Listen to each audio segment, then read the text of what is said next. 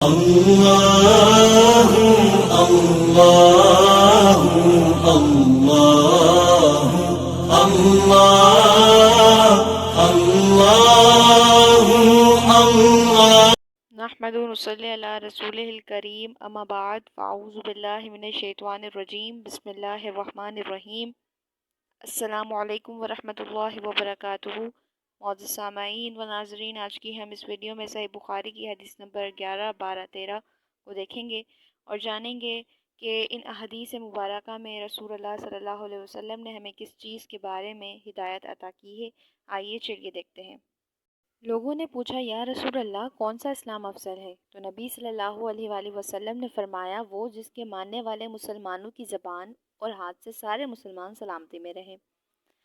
معزز سامعین اور ناظرین، دیکھیے کہ پوچھنے والے کون تھے؟ حضرت محمد صلی اللہ علیہ وآلہ وسلم کے تابع دار، یعنی کہ صحابہ کرام کی بات کی جا رہی ہے، اور سوال کا جواب دینے والے دو جہاں کے تاجدار خاتم النبیین حضرت محمد مصطفیٰ صلی اللہ علیہ وآلہ وسلم۔ پوچھنے والوں نے سوال کیا کہ یا رسول اللہ، کون سا اسلام افضل ہے؟ اس سے مراد یہ ہے کہ دین اسلام کا وہ کون سا درجہ ہے جس کو ہم افضل کہیں، یعنی کہ دین اسلام پر ایمان لانے والا اگرچہ اس درجے پہ پہنچ جائے تو وہ متقی اور پرہیزگار ہے، تو وہ کون سا درجہ ہے کہ وہ بالکل پرہیزگار ہے؟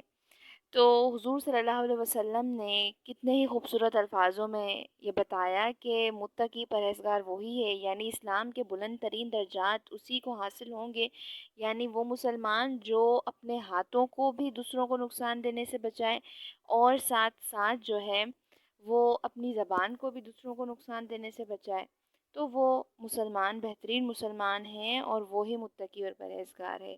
یعنی نہ آپ اپنی زبان سے کسی کو تکلیف دیں، نہ آپ اپنے ہاتھوں سے کسی کو تکلیف دیں، یعنی کہ اسلام کا درس سارا کا سارا اس حدیث مبارکہ میں ہے کہ آپ لوگوں نے دوسروں کی دل آزاری نہیں کرنی ہے، دوسروں کو تکلیف نہیں پہنچانی ہے۔ ٹھیک ہے، اب آئیے دیکھتے ہیں حدیث نمبر 12۔ ایک دن ایک آدمی نے آن حضرت صلی اللہ علیہ وآلہ وسلم سے پوچھا کہ کون سا اسلام بہتر ہے؟ آپ صلی اللہ علیہ وسلم نے فرمایا، یہ کہ تم کھانا کھلاؤ اور جس کو پہچانو اس کو بھی اور جس کو نہ پہچانو اس کو بھی، الغرض سب کو سلام کرو۔ معزز سامعین و ناظرین، دیکھیے حضور صلی اللہ علیہ وسلم سے پھر سے سوال کیا گیا کہ کون سا اسلام بہتر ہے، یعنی کہ کون سے اسلام کا درجہ بہتر ہے۔ تو حضور صلی اللہ علیہ وسلم نے یہاں پہ پھر حسن اخلاق کی بات فرمائی۔ اب آپ یہ دیکھ سکتے ہیں، یہ غور کر سکتے ہیں کہ ہر حدیث میں رسول اللہ صلی اللہ علیہ وسلم حسن اخلاق کرنے پر زور دے رہے ہیں، اور اسلام کا درس بھی یہی ہے کہ دوسرے کے ساتھ بھلائی سے پیش آؤ۔ تو یعنی کہ اللہ تعالیٰ نے آپ کو جو رزق دیا ہے اس رزق میں سے دوسرے لوگوں کو بھی کھلائیں۔ ٹھیک ہے، ضروری نہیں ہے کہ آپ جن لوگوں کو جانتے ہیں جو آپ کے رشتہ دار ہیں آپ انہی کو کھلائیں، انہی کی دعوتیں کریں، نہیں، آپ دیگر لوگوں کو بھی کھلا سکتے ہیں۔ بھوکوں کا پیٹ بھرنا بھی جو ہے ایمان کا حصہ ہے، یہ بھی ثواب کا کام ہے۔ اس کے علاوہ ہے کہ آپ جو ہیں سلام کریں۔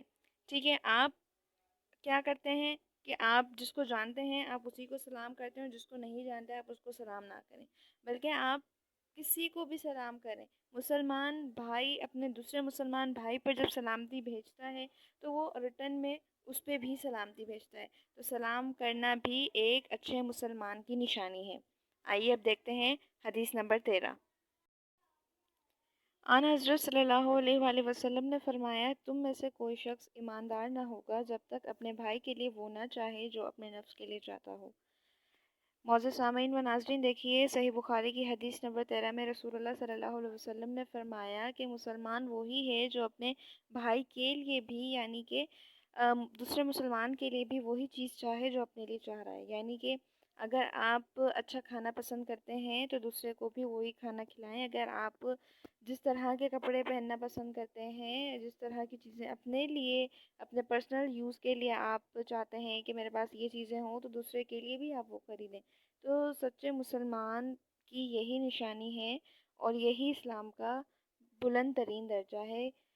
اللہ تعالیٰ سے دعا ہے کہ وہ ہم سب کو احکامات الہی پر عمل کرنے اور کروانے کی توفیق عطا کرے، اور ہم سب کے گناہوں کو معاف فرمائے، اور ہم سب کو اپنے زمان میں رکھے، شیاطین کے شر سے محفوظ رکھے۔ آمین ثم آمین بجاہ نبیین صلی اللہ علیہ وسلم. جزاک اللہ خیرہ. فی امان اللہ.